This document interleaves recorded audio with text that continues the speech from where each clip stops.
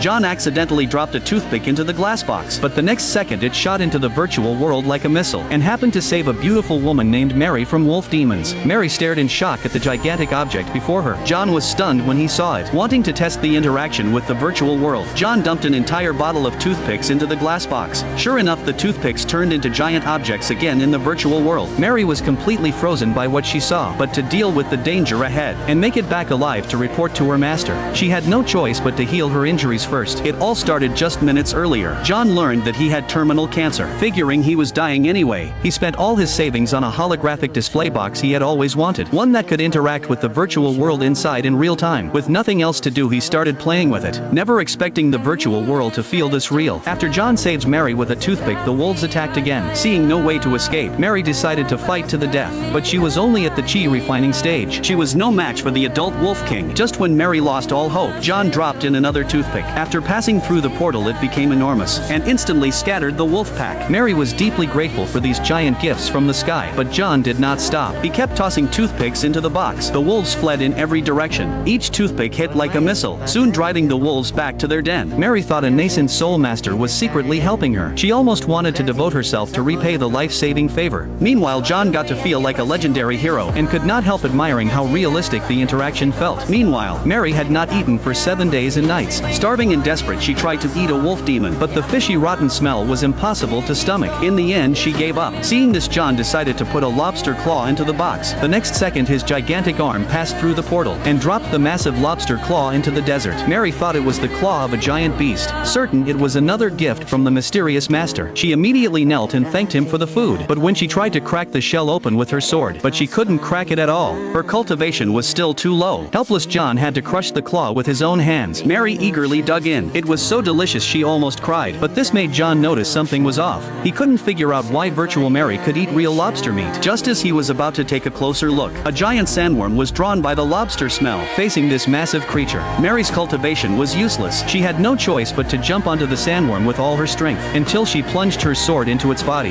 Mary realized the lobster she just ate actually boosted her cultivation, but the pain in her body was intense. The sandworm started thrashing violently. After all, it was a golden core level beast. Even injured, it was too strong for a normal cultivator. At this rate, Mary would be crushed to death. John was extremely anxious. He wanted to crush the sandworm with his hands, but Mary was tangled with it. If he hit her by accident, it would be over. Then John had an idea. He immediately took out a flint. Just as the sandworm was about to eat Mary, a lightning bolt struck from the sky, electrocuting the sandworm to nothing. Looking at the huge crater, Mary marveled at the mysterious master's terrifying power. She hurriedly wanted to thank John, promising she would grant any request he had. John casually asked for a flying sword. Mary immediately gave him the practice sword her master had gifted her. It had a formation engraved and a spirit stone inlaid, small but capable of flight. Even a normal person could use it. Since the sword was too small, John had to use tweezers to take it out. As he inspected the engravings, the flying sword suddenly grew huge. John realized everything happening inside the box was actually real.